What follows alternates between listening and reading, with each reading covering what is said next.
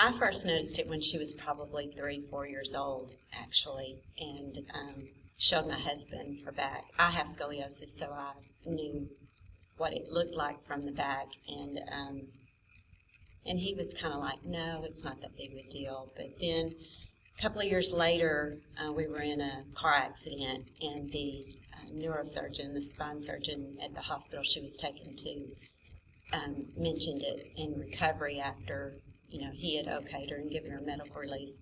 He mentioned that, she's got somewhat of a curve on her back. And I said, I thought she did, and you're going to need to start monitoring that, etc. But it wasn't until she was in 4th grade that it became evident.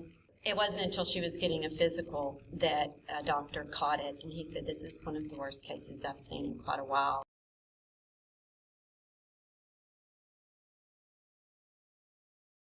It interfered with gymnastics a little bit, and when I was catcher in softball, I couldn't sit in a position for very long.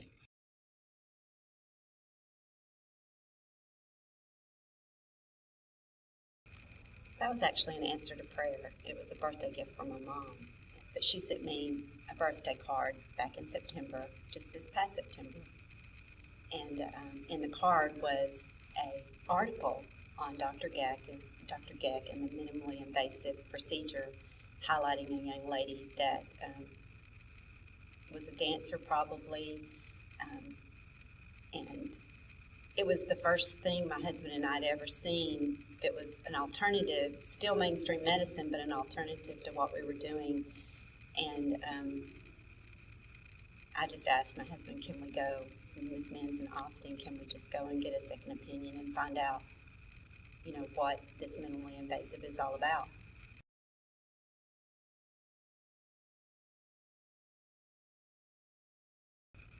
It was September 26th, and he walked in, and I was not expecting this tall, dark-haired man with cowboy boots on.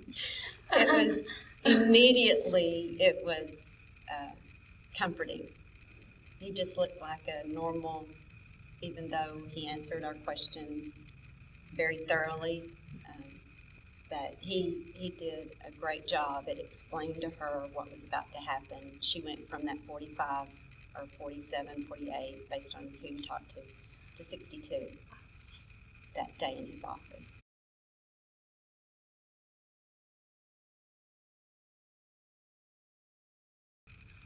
She was doing all activities that she was doing prior to the surgery. She's not, I don't believe she's incapable of doing anything. Right now it's just a matter of gaining the strength back that she lost in the 4 months after the surgery. She was only allowed to walk until about 4 months, and then she could start jogging and sprinting and doing her back handsprings, etc. So that's where we are. She's cheering, she's tumbling, and I just hope and pray that she'll get stronger and she won't let anything hold her back.